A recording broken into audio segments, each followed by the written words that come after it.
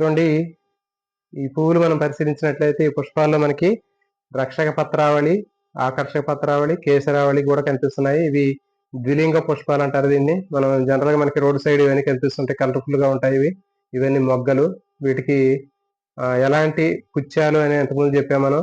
అంటే మందారకు ఉన్నటువంటి ఆ పుచ్చాలు, బ్రాక్ట్ అనేటటువంటి దీంట్లో లేవు.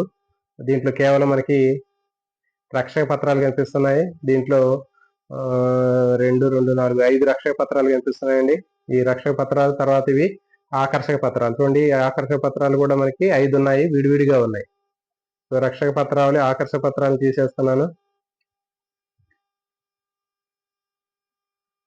ఇప్పుడు మనకి ఇది ద్విలింగ పుష్పం. దీంట్లో స్త్రీ పురుష ప్రతి భాగాలు 2 ఉన్నాయి. సో ఈ 2 ఉన్నాయి కాబట్టి ఇవి చూడండి, మనకి ఇవి కనిపించేటటువంటివి పరాగ కోశాలు, అంటే కేసరావళి. ఇది మొత్తాన్ని కేసరావళి అంటారు. ఈ కేసరావళిలో ఎన్ని కేసరాలు ఉన్నాయంటే 5 కేసరాలు ఉన్నాయి. ఇది చూడండి, మనకి ఇట్లా క్లియర్ గా కనిపిస్తుంది.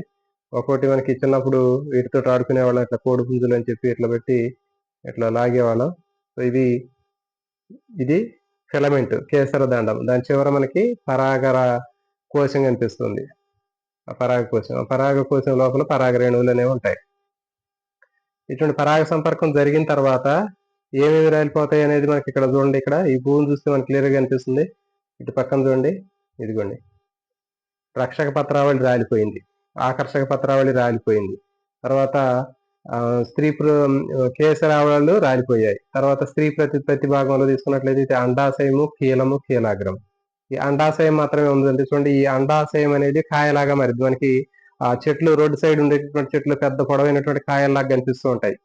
ఇది ఆ కాయ, ఇది పిండి. ఇది అంటే ఇది స్టార్టింగ్ స్టేజ్ లో ఉంది, అండాశయం అని చెప్పి. ఈ అండాశయం కంప్లీట్ గా తర్వాత అది ఒక కాయలాగా తయారవుతుంది. ఇది చూడండి, కీలము, కీలాగ్రం రాలిపోతాయి.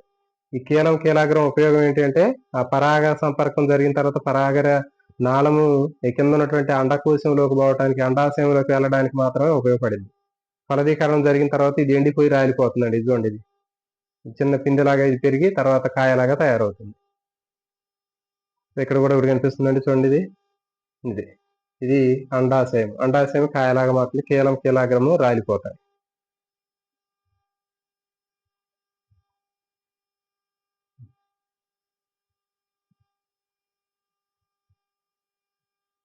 ఇట్లా మనకి ఇవి కేసరావళి, 5 కేసరాలు కనిపిస్తున్నాయి. కేసరావళిలో మనకి కేసర దండము, పరాగ కోశాలు ఉన్నాయి. సో వీటిని ఇంకా మనం అల్ట్రా స్ట్రక్చర్ లో దగ్గరగా చూద్దామండి, జూమ్ చేసి.